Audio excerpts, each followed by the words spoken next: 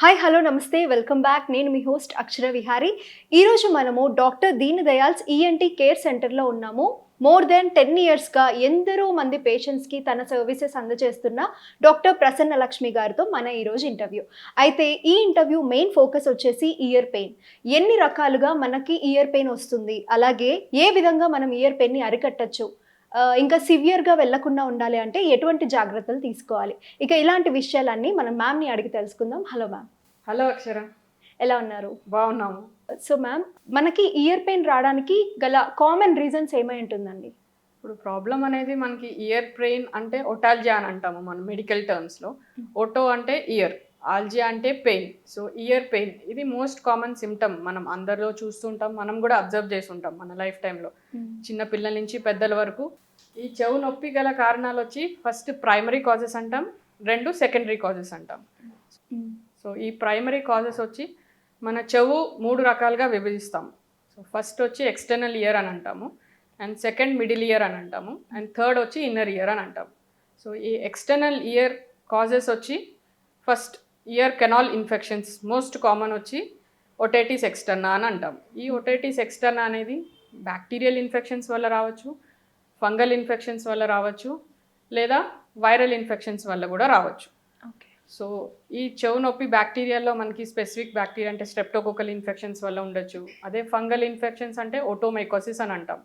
ఈ fungal infection అనేది మనకి ఆస్పర్జిల్లస్ ఇన్ఫెక్షన్ అనేది మోస్ట్ కామన్ ఉంటుంది. సో అలాగే ఈ చెవు నొప్పి, ఈ వాపుతో పాటు నొప్పి కూడా ఉంటుందన్నమాట. అది otitis externa most common cause మనం చూసేది. సో ఈ బ్యాక్టీరియల్ ఫంగల్ ఈ ఇన్ఫెక్షన్స్తో కాకుండా కూడా మనకి ఫారెన్ బాడీస్ అంటే బై మిస్టేక్ ఇయర్ బడ్ పెట్టుకోవడము, దానివల్ల లోపల ఒక్కొక్కసారి కాటన్ ఇరుక్కుపోవడము, అది లాంగ్ స్టాండింగ్ ఉండడం వల్ల కూడా మనకి ఇన్ఫెక్షన్స్ రావటం అనేది ఉంటుంది. అదే ఇయర్ బడ్స్తో కాకుండా ఒక్కొక్కసారి సడన్గా మనకి పురుగులు చెవులోకి వెళ్ళడము, ఒక్కొక్కసారి యాంట్స్ కూడా మనం చూసిన పేషెంట్స్ ఉన్నారనమాట. దాంతోపాటు మనకి చెవులో ఫరంకుల్ అని అంటాం. ఇప్పుడు సెగ్గడ్డలు అనేది ఎలా వస్తాయో ఎక్కడైతే హెయిర్ ఫాలికల్స్ ఉండడం వల్ల, అలాగే ఇయర్ కెనాల్లో కూడా చిన్న చిన్న హెయిర్స్ ఉంటాయి. సో అది బ్లాక్ అయినప్పుడు మనకి ఈ ఫరంకుల్ అనేది కూడా వస్తూ ఉంటుంది అనమాట. సో అది మనం మోస్ట్ కామన్ ఎక్స్టర్నల్ ఇయర్ ఇన్ఫెక్షన్స్లో చెప్తాం. అలాగే బయట మన పిన్నా అని చెప్తాం అనమాట. ఈ పిన్నా ఇన్ఫెక్షన్స్ వచ్చి మెయిన్లీ ఇయర్ పియర్సింగ్ అయినప్పుడు బయట మనం ఇయర్ పియర్సింగ్స్ అవి చేయించుకుంటూ ఉంటాం అనమాట. కామన్గా అందరూ చేయించుకుంటూ ఉంటాము. సో అది ఏంటంటే ఒక్కొక్కసారి అది సరిగ్గా ప్రికాషన్స్ తీసుకోకపోవడం వల్ల మనకి ఇన్ఫెక్షన్స్ వస్తూ ఉంటాయి. సో ఒక్కొక్కసారి వాటర్ అక్కడ తడి ఉండిపోయి మనకి ఇన్ఫెక్షన్స్ రావడం అనేది ఉంటుంది. ఒక్కొక్కసారి అక్కడ కార్టిలేజ్ అని ఉంటుంది, స్కిన్ లోపల ఈ చెవు పై భాగం దగ్గర కూడా కార్టిలేజ్ అని ఉంటుంది. సో ఆ కార్టిలేజ్ మీద కొంతమంది కుట్టించుకుంటూ ఉంటారు అనమాట. సో స్టైల్ కోసం కొంచెం పైనకి కూడా కుట్టించుకుంటూ ఉంటారు. సో ఒక్కొక్కసారి ఏంటంటే ఆ కార్టిలేజ్ ఇన్వాల్వ్ అయ్యి ఇన్ఫెక్షన్ అయితే సీరియస్ ఇన్ఫెక్షన్స్ వచ్చే ప్రాబ్లమ్స్ కూడా ఉన్నాయి. సో దానివల్ల పెరికాండ్రైటిస్ అని అంటాం. ఇది కూడా మనం చూస్తూ ఉంటాం అన్నమాట కామన్గా. సో అది సివియర్ అవ్వకుండా అప్పుడే ట్రీట్మెంట్ తీసుకుంటే మంచిది, లేకపోతే ఈవెన్ షేప్ చేంజెస్ కూడా వచ్చే ఛాన్సెస్ ఉంటాయి. మ్యామ్, ఒక డౌట్. అంటే ఇప్పుడు ఇయర్ పియర్సింగ్ చేయించుకుంటే కూడా అవుతుంది అన్నారు కదా, చాలా మంది ఫ్యాషన్ కొద్దీ ఇక్కడ కూడా చేయించుకుంటూ ఉంటారు. మరి అంటే the only organ in our body without bone is అంటే ఇయరే అని అంటారు. బట్ ఇక్కడ ఇయర్ పియర్సింగ్ చేయించుకుంటే అంటే నాకు అర్థం కాలేదు, ఏదైనా నర్వ్ సప్లై అనేది ఇక్కడ ఉంటుందా? చెవు అనేది మనకి లోపల ఇయర్ పిన్నాలో కార్టిలేజ్ అని కూడా ఉంటుందన్నమాట. సో ఇయర్ కార్టిలేజ్ ఈ షేప్ ఇవ్వడానికి కారణం వచ్చి ఇయర్ కార్టిలేజ్ సపోర్టింగ్ వల్ల మనకి ఆ షేప్ రావడం జరుగుతుంది. సో ఒక్కొక్కసారి ఇయర్ పియర్సింగ్ అయినప్పుడు ఆ కార్టిలేజ్ మీద కూడా కొంతమంది పియర్స్ చేసేస్తారు. సో అప్పుడు కొంచెం అసెప్టిక్ ప్రికాషన్స్ ఫాలో అవ్వాలి. అంటే అక్కడ తడి ఏమీ ఉండకుండా డ్రైనెస్ ఉండాలి అండ్ అది ఇన్ఫెక్షన్ అది అవ్వకుండా ఉండడానికి జాగ్రత్తలు తీసుకుంటూ ఉండాలి. లేదు అంటే అప్పుడు మనకి ఇన్ఫెక్షన్ వచ్చి ఆ కార్టిలేజ్ ఇన్వాల్వ్ అవుతుంది. సో ఆ కార్టిలేజ్ ఇన్ఫెక్షన్ అయినప్పుడు మనకి పెరికాండ్రైటిస్ అని అంటాం. అది severe infection. One of the ear pain, వాపు, రెడ్నెస్, ఫీవర్ కూడా వచ్చే ఛాన్స్ ఉంటుంది దానివల్ల. సో అక్కడి నుంచి ఇంకా సివియర్ అయితే ఈవెన్ ఆ కార్టిలేజ్ తినేస్తుంది అనమాట. సో అందుకని ఆ షేప్ కూడా డిఫార్మిటీ వస్తుంది మనకి. ఒకవేళ అలా చేంజ్ అయ్యే ఛాన్సెస్ ఉంటాయి. సో ఇది మనం ఎక్స్టర్నల్ ఇయర్ పిన్నా గురించి మాట్లాడుకున్నాము. అలాగే ఇప్పుడు మనం మిడిల్ ఇయర్ అంటే middle ear infections most common వచ్చి చిన్నపిల్లలు మిడ్ నైట్లో ఒక్కొక్కసారి అమ్మ నాకు చెవు నొప్పి వస్తుంది అని ఏడుస్తూ పడుకోకుండా ఉంటారు. ఇది మోస్ట్ కామన్ పిల్లల్లో మనం చూసేది. దాన్ని అక్యూట్ ఒటైటిస్ మీడియా అంటాం. ఇవి మామూలుగా పిల్లలకి కోల్డ్ ఉన్నప్పుడు కోల్డ్ ట్రీట్మెంట్ తొందరగా తీసుకోకపోయినా ఈ జలుబు లాంగ్ స్టాండింగ్ ఉండడం వల్ల మనకి ముక్కుకి చెవుకి మధ్యలో యూస్టేషన్ ట్యూబ్ అని అంటాం, అది కనెక్ట్ చేస్తుంది అనమాట. సో ఈ కోల్డ్ వల్ల ఏమవుతుందంటే ఈ ఇన్ఫెక్షన్ ఏదైతే ముక్కులో ఉందో అది చెవులోకి వెళ్తే ప్రాబ్లం అవుతుంది అనమాట. అది మిడిల్ ఇయర్ ఇన్ఫెక్షన్. ఏదైతే యూస్టేషన్ ట్యూబ్ ఉంటుందో అది ఇయర్ లోపల మిడిల్ ఇయర్లోకి తెరుచుకుంటుంది. సో ఈ ఇన్ఫెక్షన్ మిడిల్ ఇయర్కి స్ప్రెడ్ అయ్యి అక్కడే ఇన్ఫెక్షన్ స్టార్ట్ అవుతుంది. సో అక్కడి నుంచి ఒక్కొక్కసారి చీము కింద ఫామ్ అవుతుంది లోపల. సో ఇయర్లో బ్లాక్ ఫీలింగ్ ఉంటుంది. అండ్ అదే ఇన్ఫ్లమేషన్ ఇంకా కొంచెం ఎక్కువైతే మనకి ఇయర్ డ్రమ్ బల్జ్ అయ్యే ఛాన్స్ ఉంటుంది అనమాట. సో దానివల్ల కూడా మనకి ఇయర్ పెయిన్ అనేది ఎక్కువ వస్తూ ఉంటుంది. ఓకే. సో దీనికి ఇమీడియట్ ట్రీట్మెంట్ తీసుకుంటే ఇంకా ఫర్దర్ ప్రాబ్లం అవ్వకుండా ఉంటుంది పిల్లలకి. ఇది most commonly middle ear infections అంటాం. సో ఇన్నర్ ఇయర్ ఇన్ఫెక్షన్స్ కూడా వెరీ రేర్లీ చూస్తుంటాము. One of the common causes వచ్చి లాబ్రింథైటిస్ అని అంటాం. అంటే ఇన్నర్ ఇయర్ ఇన్ఫ్లమేషన్ వల్ల చెవు నొప్పి రావడము, తల తిప్పడం అని కూడా ఉండొచ్చు అనమాట. మ్యామ్ అలాగే అంటే ఇయర్లో వచ్చే ఇన్ఫెక్షన్ వల్ల కాకుండా ఇంకేదైనా అదర్ రీజన్స్ వల్ల మనకి ఇయర్ పెయిన్ వచ్చే ఛాన్సెస్ ఏమన్నా ఉన్నాయా? ఉన్నాయి. దాన్నే మనం రిఫర్డ్ ఓటాలజీ అని అంటాం. రిఫర్డ్ ఓటాలజీ అంటే ఏంటంటే మన చెవులోనే కాకుండా మన చెవు బయట ఏదైతే చుట్టుముట్టు ఉంటాయో ఆర్గన్స్ అవి ఎఫెక్ట్ అయినప్పుడు కూడా మనకి చెవు నొప్పిలాగా వస్తుంటుంది. దాన్ని రిఫర్డ్ ఓటాలజీ అని అంటాం. అది ఎందుకు అంటామంటే మన నర్వస్ సిస్టమ్ వచ్చేసి ఇంటర్ కనెక్టెడ్ ఉంటాయి. నర్వ్స్ ఒకదానికి ఒకటి ఇంటర్ కనెక్షన్ ఉండడం వల్ల మనకి మెయిన్లీ కామన్ కాజెస్ వచ్చి ఒక్కొక్కసారి పన్ను నొప్పి వల్ల కూడా మనకి ఇయర్ పెయిన్ రావచ్చు. అందుకని ఒక్కొక్కసారి మౌత్ ఓపెన్ చేసినప్పుడు కూడా చెవు నొప్పి రావటం. ఇది ఎందుకంటే మెయిన్లీ ఆ జ్ఞానదంతం విజిటమ్ టూత్ ఏదైతే ఉంటుందో కదా, సో దానివల్ల పెయిన్ కూడా మనకి ఇయర్ పెయిన్ లాగా వచ్చే ఛాన్సెస్ ఉంటాయి అన్నమాట. అలాగే మన మెడ అంటే దానికి వెన్నపూస అంటాం కదా, సో సేమ్ నర్వ్ సప్లై ఉంటుంది. సో దానివల్ల నొప్పులు కూడా మనకి ఇయర్ పెయిన్ కింద రావచ్చు. అలాగే ఈ జాయింట్ మనం ఈ టెంపరో మాండిబులర్ జాయింట్ అంటాం అనమాట. సో దీనివల్ల కూడా ఏమన్నా అక్కడ ఈ మజిల్ టెన్షన్ వల్ల కానీ ఈ మజిల్ గట్టిగా ఈ కండరాలు పట్టుకోవడం వల్ల కూడా కానీ మనకి ఒక్కొక్కసారి ఈ జాయింట్ పెయిన్స్ వస్తూ ఉంటాయి అన్నమాట. సో దానికి కూడా మనకి ఇయర్ కనెక్షన్ వల్ల ఇయర్ పెయిన్ వస్తూ ఉంటుంది. సో దాన్నే మనం రిఫర్డ్ ఓటాలజీ అని అంటాం. మ్యామ్ అలాగే ఇందాక otitis media and otitis externa అని చెప్పారు. ఆ రెండింటికి గల డిఫరెన్స్ ఏంటండి? మెయిన్లీ మనం ఓటైటిస్ ఎక్స్టర్నా అంటే నేమ్లోనే ఉంది. ఎక్స్టర్నా అంటే బయటది ఏదైతే ఇయర్ కెనాల్ ఉంటుందో దానివల్ల ఇన్ఫెక్షన్స్ వల్ల దాన్ని ఓటైటిస్ ఎక్స్టర్నా అని అంటాం. సో మెయిన్లీ మనం కామన్లీ ఇంపాక్టెడ్ వ్యాక్స్ అని అంటాం. ఏదైతే గులుగు ఉంటుందో లేకపోతే గుబిలి అంటారో, సో అది ఒక్కొక్కసారి గట్టిగా అయిపోవడము, సో అది బ్లాక్ చేస్తూ ఉంటుంది మన ఇయర్ డ్రమ్ని. సో ఒక్కొక్కసారి వాటర్ వెళ్ళినప్పుడు స్విమ్మింగ్ చేస్తూ ఉంటారు అనమాట. ఈ స్విమ్మర్ ఇయర్ అని కూడా అంటాం. ఈ ఓటైటిస్ ఎక్స్టర్నాని స్విమ్మర్స్ ఇయర్ అని అంటాం. సో ఒక్కొక్కసారి ఏమవుతుంది, ఆ వాటర్ కూడా వెళ్ళి ఆ వ్యాక్స్కి ఇంకా కొంచెం ప్రెషర్ ఎక్కువ అవడం వల్ల వాళ్ళకి నొప్పిలు వస్తూ ఉంటాయి. అదే మిడిల్ ఇయర్ అనేది ఏదైతే మనం మాట్లాడుకున్నామో ఇందాక, మెయిన్లీ జలుబు ఉండడం వల్ల మిడిల్ ఇయర్లో ఏదైతే ఫ్లూయిడ్ కలెక్షన్ అవ్వడం వల్ల అది ఇయర్ డ్రమ్ ఏదైతే మనకి ప్రెషర్ ఉండటం వల్ల మనకి చెవు నొప్పి అనేది వస్తూ ఉంటుంది. సో ఓటైటిస్ ఎక్స్టర్నల్లో ఏమవుతుంది, చెవులో బ్లాక్ ఫీలింగ్ ఉంటుంది. సో అలాగే ఇక్కడ బయట ముట్టుకుంటే కూడా మనకి నొప్పి అనిపిస్తూ ఉంటుంది. అలాగే చెవు ఇలా పట్టుకుని ఇలా అన్నా కూడా మనకి నొప్పి అనిపిస్తూ ఉంటుంది. అది ఓటైటిస్ ఎక్స్టర్నా. అదే ఓటైటిస్ మీడియా ఏదైతే పిల్లల్లో కామన్ అని చెప్తున్నామో వాళ్ళు చెప్పలేరు. సో మనకి ఎలా తెలుస్తుంది, ఒక్కొక్కసారి వాళ్ళకి ఫీవర్ వస్తుంటుంది, అస్తమాను ఇలా చెవులో పట్టుకుని ఇలా ఇలా ఇరిటేషన్ చేసుకుంటూ ఉంటారు. అలాగే ఒక్కొక్కసారి వినికిడి ఇబ్బందులు కూడా ఉంటాయి వాళ్ళలో. అండ్ ఒక్కొక్కసారి ఫ్లూయిడ్ ఉండడం వల్ల కూడా టప్ సౌండ్స్ అలా రావటం కూడా ఉంటూ ఉంటాయి అన్నమాట. అది మెయిన్లీ చిన్నపిల్లల్లో ఓటైటిస్ మీడియా అని అంటాం. సో అది ఆ రెండింటికి డిఫరెన్స్. సో ఈవెన్ జ్వరం అది వచ్చినప్పుడు చిన్నపిల్లలకి చెవు ఇదంతా అస్తమాను పట్టుకుని నైట్ టైం కూడా కొంచెం ఏడవటము అలాంటివి ఉన్నప్పుడు కూడా కొంచెం వెంటనే తీసుకుని వస్తే డాక్టర్స్ చూసి దాన్ని బట్టి మనకి డయాగ్నోసిస్ అనేది వస్తుందన్నమాట. అలాగే ఇంకొంతమంది కొంచెం గాలి తాకితేనే పెయిన్ వస్తుంది అంటారు. అంటే ఈ ప్రాబ్లం కూడా దీనికి సంబంధించిందేనా? ఎగ్జాక్ట్లీ దీనికి సంబంధించింది కాదు. కొంతమంది హైపర్ సెన్సిటివ్ ఉంటారు. సో ఈవెన్ చల్లగాలి తగిలినప్పుడు కూడా వాళ్ళకి కొంచెం ఏదో నొప్పి కింద ఫీల్ అవుతూ ఉంటారు. కొంతమంది హైపర్ సెన్సిటివ్ ఇండివిజువల్స్ ఉంటారు, దానివల్ల ఉంటుంది ప్రాబ్లం. అంతేగాని మెయిన్లీ వీళ్ళకి ఏంటంటే లోపల ప్రాబ్లం వల్ల మనకి పెయిన్ వస్తుంటుంది. దాన్ని అక్యూట్ ఓటైటిస్ మీడియా అంటారు. సో దీనికి గాలి వెళ్ళడానికి సంబంధం లేదు. మ్యామ్ అలాగే ఇయర్ పెయిన్ని ఎన్ని రకాలుగా డయాగ్నోసిస్ చేస్తారు? ఇయర్ పెయిన్ అనేది సిమ్టమ్. సో దాన్ని వల్ల వచ్చే కాజ్ మనం గ్రహించాలి. ఫస్ట్ ఎందుకు వస్తుంది ఇయర్ పెయిన్ అనేది మనం చూడాలి. సో దానికి ఫస్ట్ మన దగ్గరికి పేషెంట్ వచ్చినప్పుడు ఎగ్జామినేషన్ ఇంపార్టెంట్ అనమాట. వచ్చినప్పుడు చూస్తాము చెవు ఎలా ఉంది, అవసరమైతే మనం ఎండోస్కోప్ లేదా ఒటోస్కోప్ వాడి చెవు లోపల ఎగ్జామిన్ చేస్తాం. సో అప్పుడు మనకి ఇయర్ డ్రమ్ ఎలా ఉంది, అవుటర్ కెనాల్ స్కిన్ ఎలా ఉంది, దాని ఏదైతే ఇయర్ డ్రమ్ అని అంటున్నామో దాన్ని చెవు పరద అని కూడా అంటాం తెలుగులో. సో ఈ చెవు పరద ఇన్ఫెక్షన్స్ ఒక్కొక్కసారి ఎవరికైనా గట్టిగా దెబ్బ తగిలినప్పుడు కూడా దానికి హోల్ పడే ఛాన్స్ ఉంటుంది. సో అవసరాన్ని బట్టి అత్యంత అవసరమైతే వేరే స్కాన్స్ కూడా చేయాల్సిన అవసరం ఉంటుంది. లైక్ సిటీ స్కాన్ అలాంటివి కూడా చేస్తాము. అండ్ ఏమైనా ఇన్ఫెక్షన్స్ వచ్చినప్పుడు వాళ్ళకి సిబిపి బ్లడ్ టెస్ట్ లాంటివి కూడా చేస్తాము.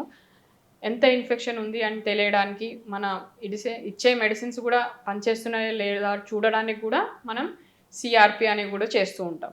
సో అది అవసరం అంటేనే ఇలాంటి పరీక్షలు అవసరం అవుతూ ఉంటాయి. మనం ఇప్పుడు కామన్గా ఒటైటిస్ ఎక్స్టర్నా గురించి మాట్లాడాము. అలాగే డయాబెటీస్ ఉన్న పేషెంట్స్లో కూడా ఇయర్ పెయిన్ వచ్చే ఛాన్సెస్ ఉన్నాయా?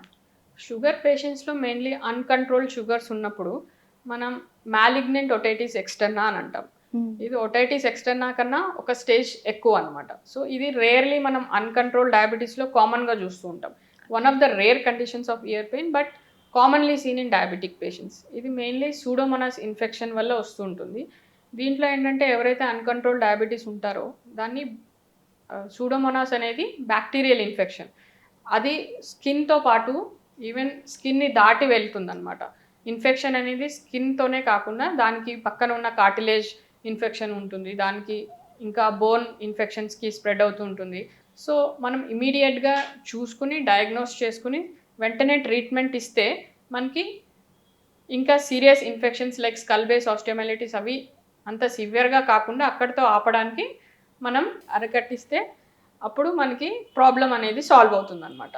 సో ఈ మ్యాలిగ్నెంట్ ఒటైటిస్ ఎక్స్టర్నా అనేది ఇయర్ పెయిన్ అండ్ ఒక్కొక్కసారి డిశ్చార్జ్ ఉంటుంది, ఒక్కొక్కసారి అది ఫర్దర్గా స్ప్రెడ్ అయి ఉంటే ఈవెన్ నర్వ్స్ కూడా ఎఫెక్ట్ అయ్యే ఛాన్స్ ఉంటాయి.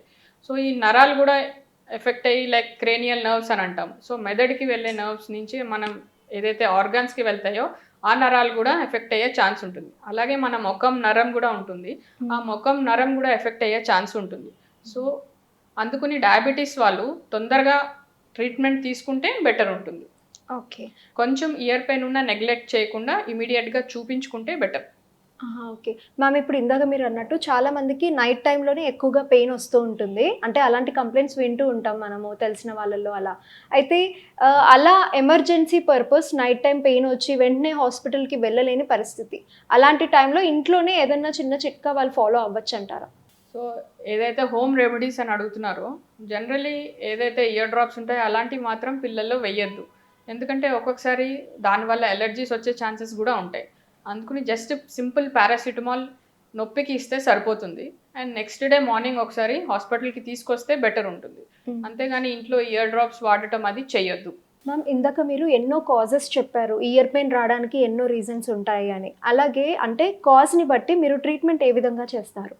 సో ఫస్ట్ వచ్చి మనం మాట్లాడుకున్నాం కదా ఓటైటిస్ ఎక్స్టర్నా అని. దాంట్లో మోస్ట్ కామన్ ఒక్కొక్కసారి ఇంపాక్టెడ్ వ్యాక్స్ అని కూడా మాట్లాడుకున్నాం. ఏదైతే గులుగు ఉంటుందో అది హార్డ్గా ఉంటుంది, సో దానివల్ల కూడా నొప్పి వస్తుంది. సో మనం దాన్ని గులుగు ఏదైతే ఉంటుందో దాన్ని సాఫ్ట్ చేయడానికి మనం ఇయర్ డ్రాప్స్ చేస్తాం. సో వ్యాక్స్ సాల్వెంట్స్ అని అంటాం. సో ఇయర్ డ్రాప్స్ ప్రిస్క్రైబ్ చేస్తాం పేషెంట్స్కి. సో అది వాళ్ళు వాడుకుని వచ్చిన తర్వాత అది సాఫ్ట్ అవుతుంది అనమాట. అప్పుడు మనం దాన్ని ఇయర్ సక్షన్ లేదా ఏదైతే పరికరాలు ఉంటాయో అవి వాడి మనం దాన్ని ఇయర్ వ్యాక్స్ అనేది తీసేస్తాం. సో వాళ్ళకి నొప్పి అనేది తగ్గుతుంది. అలాగే ఇన్ఫెక్షన్స్ అని మాట్లాడుకున్నాం. ఒకటి ఏదైతే బ్యాక్టీరియల్ ఇన్ఫెక్షన్ అని మాట్లాడుకున్నాం, which is causing otitis externa అని. సో అది ఏదైతే బ్యాక్టీరియల్ ఇన్ఫెక్షన్ ఉందో దానికి కూడా లోకల్ యాంటీబయాటిక్ ఇయర్ డ్రాప్స్ వాడతాము.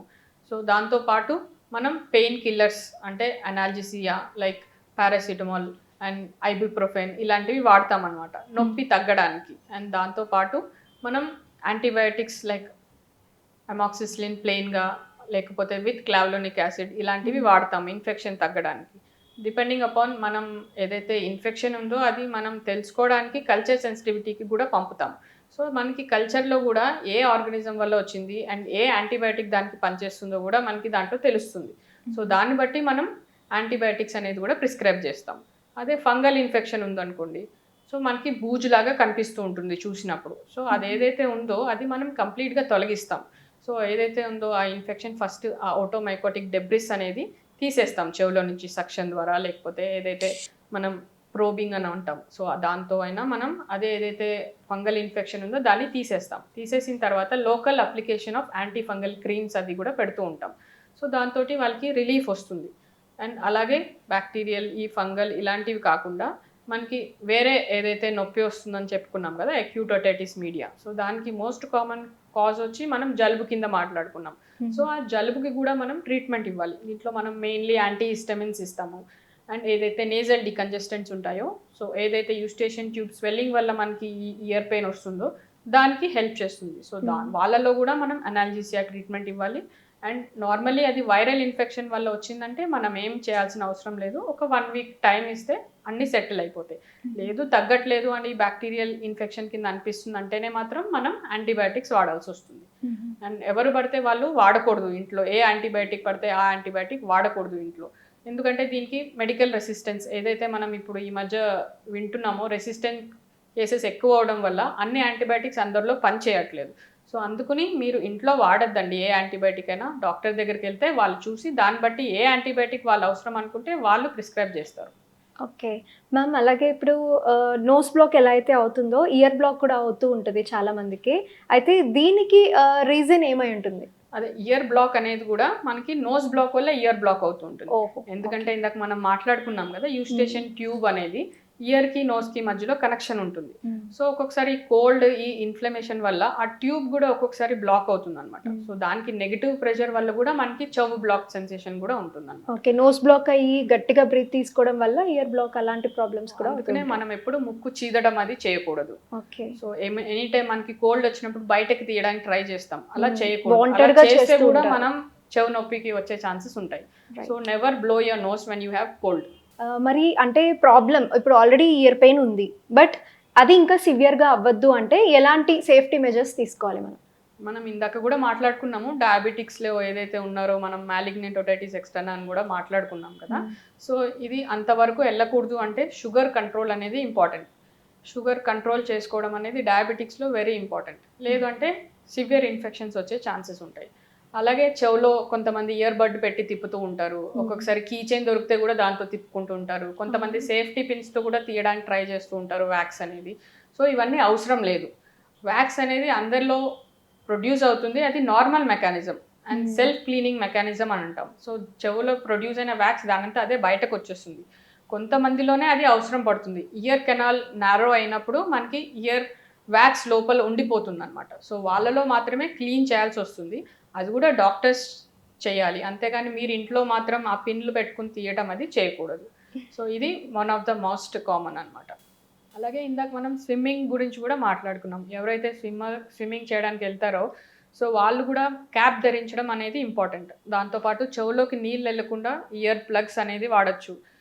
సో ఏంటంటే మెయిన్లీ ఆ ఇన్ఫెక్షన్ చెవు లోపలికి వెళ్లకుండా అవాయిడ్ చేయడానికి మనం ఇలాంటివన్నీ వాడాల్సి వస్తుంది. కొంతమంది ఏవైతే హెడ్సెట్స్ పెట్టుకుంటారో చెవు లోపల పెట్టుకుని అండ్ బ్లూటూత్కి ఏవైతే రబ్బర్ స్టాప్స్ వస్తాయో అవి కంటిన్యూస్గా ఇయర్లో పెట్టుకోకూడదు. దానివల్ల కూడా ప్రెషర్ వచ్చి ఆ ఇయర్ ఇన్ఫెక్షన్ వచ్చే ఛాన్స్ ఉంటుంది. మ్యామ్ అలాగే కొన్ని ఇయర్స్గా మన వాళ్ళందరూ కొన్ని హోమ్ రెమెడీస్ ఫాలో అవుతూ ఉంటారు. అంటే పెద్దవాళ్ళు చెప్పారనో ఏంటో ఇంకా రకరకాల రీజన్స్ తోటి చాలా మిస్కన్సెప్షన్స్ ఉన్నాయి. అంటే ఇప్పుడు ఫర్ సపోజ్ ఇయర్ పెయిన్ వచ్చింది అంటే ఆయిల్ పోసుకోవడం కానీ, లేకపోతే గార్లిక్ పెట్టుకోవడం కానీ ఇలాంటివి చేస్తుంటారు. కొంతమంది మ్యాచ్ స్టిక్స్ పెట్టుకుంటారు. ఇంకొంతమంది ఫార్మసీకి వెళ్ళి మరి స్ట్రాంగ్ ఇయర్ బడ్స్ తెచ్చుకొని పెట్టుకుంటూ ఉంటారు. సో జనరల్లీ ఇలాంటి వాళ్ళకి మీరేం సజెస్ట్ చేస్తారు? ఇవన్నీ అపోహలు మాత్రమేనండి. ఇలాంటివన్నీ వాడకూడదు. ఏదైతే మనం మీరు చెప్తున్నారో ఆయిల్ వేస్తారు, ఆయిల్ వేయడం వల్ల కాన్స్టెంట్గా ఆయిల్ అక్కడ ఉండిపోవడం వల్ల కూడా మనకి ఫంగల్ ఇన్ఫెక్షన్స్ వచ్చే ఛాన్సెస్ ఉంటాయి. సో ఆయిల్ అనేది వాడద్దు. అండ్ ఏదైతే గార్లిక్ పెట్టు ఉంటారో కొంతమంది ఇలా వస్తూ ఉంటారు కూడా, సగం గార్లిక్ చెవులో ఇరుక్కుపోయి చెవు నొప్పి అని కూడా వస్తూ ఉంటారు. సో గార్లిక్ ఇలాంటివి కానీ అలాగే చెప్పిన ఏ ఫారెన్ బాడీస్ అయినా చెవులో మాత్రం వాడకండి. సో ఇలాంటివన్నీ వాడితే చెవు నొప్పి ఎక్కువ అవటం వల్ల తగ్గే ఛాన్సెస్ మాత్రం తక్కువ ఉంటాయి. సో ఏదైతే కొంచెం నొప్పి ఉన్నా సరే ఒక్కసారి వెళ్ళి ఈఎన్టీ కన్సల్టెంట్ని కలిస్తే బెటర్ ఉంటుంది. సో వాళ్ళు ఏదైతే దేనివల్ల వస్తుందో నొప్పి తెలుసుకుంటే దానివల్ల మనకి బెటర్ ట్రీట్మెంట్ ఉంటుంది. అంతేగాని ఏదో ఆయిల్ పోసుకుంటే తగ్గిపోవడం అలాంటివన్నీ అపోహలు మాత్రమే. అలాగే కొంతమందికి మనం అందరూ వ్యాక్స్ కోసం ఇయర్ బడ్స్ ఏదైతే చెప్తున్నారో స్ట్రాంగ్ ఇయర్ బడ్స్ వాడి ట్రై చేస్తూ ఉంటారు అని, అది కూడా అపోహ మాత్రమే. ఏదైతే మనకి వ్యాక్స్ ఉంటుందో that helps the year. It helps as like infection రాకుండా ఉండడానికి మనకి ఆ వ్యాక్స్ అనేది కూడా ప్రొటెక్ట్ చేస్తూ ఉంటుంది. అలాగే ఏమైనా ఇన్సెక్ట్స్ అవి దూరకుండా కూడా ఒక్కొక్కసారి మనకి వ్యాక్స్ అనేది బాగా హెల్ప్ఫుల్ ఉంటుంది. అంతేగాని ఈ వ్యాక్స్ ఉన్నంత మాత్రాన దాన్ని వెంటనే ఇయర్ బడ్ తీసుకుని క్లీన్ చేయాలి అలాంటివి మాత్రం ఏం చేయాల్సిన అవసరం లేదు. మ్యామ్ అలాగే కొంతమందికి ఇయర్ పెయిన్ అప్పుడప్పుడు వస్తూ పోతూ ఉంటుంది. అంటే ఇది వార్నింగ్ సైన్, ఇది రెడ్ ఫ్లాగ్ లాగా వాళ్ళు ఎప్పుడు కన్సిడర్ చేసుకోవచ్చు అంటారు?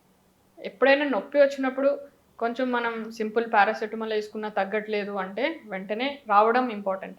సో వస్తే మనకి ఏంటంటే కాజ్ తెలుస్తుంది. వార్నింగ్ సైన్స్ అనేది కొంతమందికి వెరీ సివియర్ ఇన్ఫెక్షన్ ఉండడం వల్ల సివియర్ పెయిన్ ఉంటుంది అండ్ కాన్స్టెంట్గా పెయిన్ ఉంటూనే ఉంటుంది all the time, all the day, night అంతా కూడా. So that is one of the warning sign. అలాగే ఒక్కొక్కసారి చెవు నొప్పితో పాటు చెవు బ్లాక్డ్ ఫీలింగ్ ఉంటుంది. చెవు అంతా మూసుకుపోవడము, అలాగే వినికిడి కూడా తగ్గినట్టు అనిపిస్తూ ఉంటుంది కొంతమందికి. సో హియరింగ్ లాస్ అనేది కూడా ఉంటే వెంటనే మీ కన్సల్టెంట్ని కన్సల్ట్ అయితే బెటర్ ఉంటుంది. అలాగే ఈ చెవు బ్లాక్తో పాటు కొంతమందికి గుయ్యి అని రింగింగ్ సౌండ్స్ రావటము, కొంతమందికి టప్ టప్ టప్ టప్ సౌండ్స్ రావటము. సో ఇలాంటివి కూడా ఉన్నప్పుడు వెంటనే కన్సల్ట్ అవ్వాలి. అలాగే చెవు నొప్పితో పాటు ఒక్కొక్కసారి మనకి తల తిప్పడం అనేది ఉంటుంది. అండ్ తల తిప్పడంతో పాటు తలనొప్పి అలాంటివి ఉన్నప్పుడు కూడా వెంటనే కన్సల్ట్ అయితే బెటర్ ఉంటుంది. మ్యామ్ అంటే సౌండ్ అన్నారు, అంటే కొంతమందికి టినిటస్ ప్రాబ్లం ఉంటుంది, అప్పుడప్పుడు గుయ్యి అని సౌండ్ వస్తూ పోతూ ఉండడం, అంటే ఇది కూడా అలాంటిదే అంటారా? ఈ నొప్పి అనేది డిఫరెంట్, టినైటస్ అనేది డిఫరెంట్. సో ఒక్కొక్కసారి ఏంటంటే వేరే ఇష్యూస్ వల్ల కూడా మనకి చెవులో గుయ్యి అనే శబ్దాలు వస్తూ ఉంటాయి. అంటే మనం వినికిడి తగ్గినప్పుడు కూడా ఈ గుయ్యి అనే శబ్దాలు వస్తూ ఉంటాయి. సో ఇది చెవు నొప్పి, ఆ రెండు కలిసి ఉంటే మాత్రం వెంటనే కన్సల్ట్ అవ్వాలి. అంతేగాని రెండు ఒకటని కాదు. అండ్ అలాగే మనం హర్పీస్ జోస్టర్ ఓటికస్ అని కూడా అంటాం అనమాట. ఈ హర్పీస్ జోస్టర్ ఓటికస్ అనేది మనకి చెవులో ఒక చిన్న చిన్న లీజన్స్ లాగా కనిపిస్తూ ఉంటాయి. అలాగే సేమ్ టైం ఏమవుతుందంటే ఆ చిన్న వెసికల్స్ ఏదైతే చికెన్ పాక్స్ చిన్న పిల్లల్లో వస్తుందో, అయితే పెద్దవాళ్ళలో తర్వాత ఏదైతే జెనికులేట్ గ్యాంగ్లియన్ అని అంటామో దాంట్లో ఉండిపోయి తర్వాత వైరల్ ఇన్ఫెక్షన్ వచ్చేదాన్ని హర్పీస్ జోస్టర్ ఓటికస్ అని అంటాం. ఈ హర్పీస్ జోస్టర్ ఓటికస్ అనేది మన చెవులో చిన్న చిన్న వెసికల్స్ లాగా ఇనిషియల్గా స్టార్ట్ అవుతుంది. తర్వాత చెవులోంచి చీమ్ కారడం అనేది ఉంటుంది. అలాగే అది మనకి ఫేషియల్ నర్వ్ అనేది ముఖానికి నరం ఏదైతే సప్లై ఉంటుందో దాని వీక్నెస్ వల్ల కూడా మనకి ఈ హర్పీస్ జోస్టర్ ఓటికస్ అనేది రామ్సే హంట్ సిండ్రోమ్ అని కూడా అంటాం. సో ఇది one of the very severe infections అనమాట. సో ఇలాంటివి ఉన్నా సరే these are one of the warning signs. Immediately you should consult. Face weakness ఉండడం వల్ల కూడా మనకి చెవు నొప్పి ఇవన్నీ కలిసి ఉంటే మాత్రం వెంటనే మాత్రం ఈఎన్టీ కన్సల్టెంట్ని కలవాలి. మ్యామ్ నాకు తెలిసిన ఒక ఆవిడ కేసు చెప్తాను మీకు. ఆవిడకి ఇయర్ పెయిన్ ఉంది. ఇయర్ పెయిన్ కంప్లైంట్ తోటి డాక్టర్ దగ్గరికి వెళ్ళారు. అయితే ఆ డాక్టర్ ఎవరో ఏంటో కూడా నాకు తెలీదు, కొన్ని ఇయర్స్ బ్యాక్ ఇది. అయితే 2 వీక్స్ తర్వాత, వితిన్ 2 or 3 వీక్స్ తర్వాత తనకి మూతి వంకరిపోయింది. ఆ తర్వాత డాక్టర్ దగ్గరికి వెళ్తే అది లైక్ ఇంకేదో బ్రెయిన్లో ఏదో ఇష్యూ, ఏదో ఇంకేదో డిఫరెంట్ ఇష్యూ అయింది. ఇది ఇయర్ పెయిన్ వల్లే అయి ఉంటుందా? దేనివల్ల అయి ఉంటుంది ఇలాంటి ప్రాబ్లం? మనం ఏదైతే మాట్లాడుకున్నామో అందుకనే వార్నింగ్ సైన్స్ అని కూడా మాట్లాడుకున్నాము. ఏదైతే మనం చెవు నొప్పి దాంతోపాటు ఫేషియల్ వీక్నెస్ ఉండేవి కొంతమంది వెరీ రేర్లీ చూస్తూ ఉంటాం అనమాట. అదే వన్ ఆఫ్ ద కాజ్ వచ్చి రామ్సే హంట్ సిండ్రోమ్ ఏదైతే మాట్లాడుకున్నామో వాళ్ళలో ఏదైతే చెవులో నొప్పి రావటము దాంతోపాటు ఫేషియల్ వీక్నెస్ కూడా ఉంటూ ఉంటుంది. సో అలాంటివి ఉన్నప్పుడు వెంటనే ట్రీట్మెంట్ తీసుకుంటే అది ఇమీడియట్గా క్యూర్ అయ్యే ఛాన్సెస్ ఉంటాయి. అదే నెగ్లెక్ట్ చేస్తే ఇలా ఫేషియల్ వీక్నెస్ రావటము అండ్ అది పర్సిస్టెంట్ అయిపోతే కూడా మనకి ప్రాబ్లం ఉండే ఛాన్సెస్ ఉంటాయి. సో ఇమీడియట్ ట్రీట్మెంట్ అనేది ఎప్పటికీ ఇంపార్టెంట్. మ్యామ్ ఇప్పుడు ఎవరైనా పేషెంట్ మీ దగ్గరికి ఇయర్ పెయిన్ తోటి వస్తే అంటే ఈఎన్టీ డాక్టర్ వరకు సరిపోతారంటారా, లేదా ఇంకెవరినైనా ప్రొఫెషనల్ డాక్టర్ని కలవాలంటారా? లైక్ మనం ఇందాక ఇయర్ పెయిన్, రిఫర్డ్ పెయిన్ గురించి మాట్లాడుకున్నాం. ఏదైతే మనం రిఫర్డ్ పెయిన్ అని మాట్లాడుకున్నామో వేరే ప్రాబ్లంల వల్ల మనకి ఇయర్ పెయిన్ వస్తుంది. Like most common dental issue మాట్లాడుకున్నాము. ఆ డెంటల్ ఇష్యూ ఏదైతే విజ్డమ్ టూత్, ఇంపాక్టెడ్ టూత్ ఉందో అది ఇన్ఫెక్షన్ వల్ల కూడా మనకి చెవు నొప్పి అనేది వస్తుంటుంది. సో వాళ్ళు వచ్చినప్పుడు మనం చూస్తాం, చెవు చూస్తాము, ముక్కు చూస్తాము, గొంతు చూస్తాము, మొత్తం ఎగ్జామినేషన్, కంప్లీట్ ఎగ్జామినేషన్ చేస్తాం. సో దాంతోపాటు మనకు తెలుస్తుంది ఎక్కడ ప్రాబ్లం ఉంది అని. దాన్ని బట్టి మనం ప్రాపర్ స్పెషలిస్ట్కి అవసరమైతే రిఫర్ చేయాల్సి వస్తుంది. లైక్ డెంటల్ డాక్టర్ దగ్గరికి రిఫర్ చేయాల్సి వస్తుంది. ఈ టీఎం జాయింట్ ఆర్థరాలజీ అంటాం. Facio maxillary surgeon are more experienced in that field to deal the joint abnormalities and all. So మనం వాళ్ళలో మాత్రం మనం రిఫర్ చేయాల్సి వస్తుంది. అలాగే ఇందాక మనం నెక్ పెయిన్ గురించి మాట్లాడుకున్నాం. లైక్ సర్వైకల్ స్పాండలైటిస్ వల్ల కూడా మనకి ఇయర్ పెయిన్ వచ్చే ఛాన్స్ ఉంటుంది. సో వాళ్ళను కూడా మనం న్యూరో ఫిజిషియన్ దగ్గరికి రిఫర్ చేయాల్సిన అవసరం పడుతూ ఉంటుంది. సో ఈ నెక్ పెయిన్ వల్ల ఏదైతే మనకి ఇయర్ పెయిన్ వస్తుందో సో ఈ ఏదైతే సర్వైకల్ ప్రాబ్లం వల్ల ఇయర్ పెయిన్ వస్తుందో వాళ్ళని మనం న్యూరో ఫిజిషియన్ దగ్గరికి రిఫర్ చేస్తాం. బేస్డ్ ఆన్ ఎక్కడ ఉంది ప్రాబ్లం అనేది మనం రిఫర్ చేస్తాం. అదే ఇయర్ రిలేటెడ్ ప్రాబ్లం ఉంది అంటే ఈఎన్టీ వాళ్ళే ట్రీట్మెంట్ ఇస్తారు. లేదు అక్కడ కాకుండా వేరే ప్రాబ్లమ్స్ వల్ల వస్తుంది అంటే స్పెసిఫిక్ డాక్టర్ దగ్గరికి రిఫర్ చేస్తాం, లైక్ డెంటిస్ట్ దగ్గరికి రిఫర్ చేస్తాం. మ్యామ్ అలాగే కొంతమంది ఫ్లైట్ జర్నీ చేస్తున్నారు అని అంటే వాళ్ళకి ఇయర్ పెయిన్ వస్తుందేమో అని భయం ఉంటుంది. ఫ్లైట్ జర్నీ చేసిన వాళ్ళకి కూడా ఇయర్ పెయిన్ కంప్లైంట్స్ ఉంటూ ఉంటాయి. ఎందువల్ల అయి ఉంటుంది? ఇది కూడా మనం మాట్లాడుకున్నాం ఏదంటే యూస్టేషన్ ట్యూబ్, ఏదైతే ముక్కుకి చెవుకి మధ్యలో ట్యూబ్ ఉందో, సో మనం ఏదైతే ఫ్లైట్ జర్నీ చేస్తున్నామో దాంట్లో ప్రెషర్ చేంజెస్ ఉంటాయి. సో దానివల్ల కూడా మనకి చెవు నొప్పి వచ్చే ఛాన్సెస్ ఉంటాయి. సో అందుకే మనం ఫర్దర్గా ఏం చెప్తామంటే చూయింగ్ గమ్ లాంటివి చూస్ చేసుకుంటూ ఉంటే, కంటిన్యూగా చేసుకుంటే మనకి ఆ ప్రెషర్ అనేది మెయింటైన్ అవుతూ ఉంటుంది. సో చెవు నొప్పి రావడం అనేది తగ్గుతూ ఉంటుంది. సో అందుకని చూయింగ్ గమ్ వాడితే better during flight journey. And before ఏమైతే కోల్డ్ అయితే ఉంటుందో, సో కోల్డ్ ఉన్నప్పుడు ఫ్లైట్ జర్నీ అవాయిడ్ చేస్తే బెటర్ ఉంటుంది. ఓకే, సో చూసారు కదా మ్యామ్ చెప్పింది. డాక్టర్ ప్రసన్న లక్ష్మి గారు ఈఎన్టీ సర్జన్గా doctor Deen Dayal's ENT care సెంటర్లో వర్క్ చేస్తున్నారు మోర్ దెన్ 10 years ఆఫ్ ఎక్స్పీరియన్స్తో. అండ్ మీకు కూడా ఇంకేమైనా కంప్లైంట్స్ ఉంటే డెఫినెట్గా కింద కనిపిస్తున్న డిస్ప్లే నెంబర్కి కాంటాక్ట్ చేసి మ్యామ్ని విజిట్ అవ్వచ్చు. Thank you. Thank you ma'am.